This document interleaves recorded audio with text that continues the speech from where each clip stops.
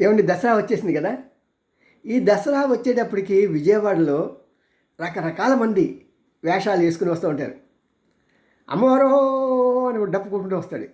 ఇంకోడు ఇది నేను ఆర్మీ జనరల్ని అని చెప్పి కాకి డ్రెస్ వేసుకుని వచ్చేస్తాడు. నేను అక్కడ చనిపోయిన శవాలని 30 మందిని నేను చంపేశానంటే ఎవరెవరో ఊరుకోరా నీకనండి పెద్దవాడు నేను 29 చేశాను కదా అని చెప్పి అంటుంటాడు.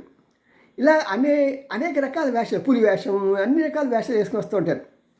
దానిలో మీకు మన ట్రంప్ గారు కూడా కనిపించవచ్చు. ఆయన కూడా చాలా ఇష్టం, ప్రజలతో ఏకీభవించడానికి చాలా ఇష్టపడతాడు.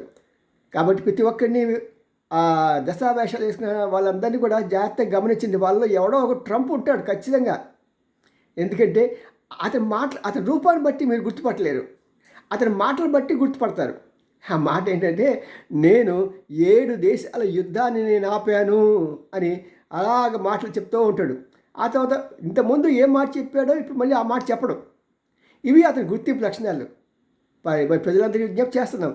మరి అలా మీ ఇంటికి ఈ దసరా వేషాలు కట్టుకుని వచ్చే వాళ్ళు ఎవరైనా సరే ఉంటే ట్రంప్ గారు ఉండొచ్చు.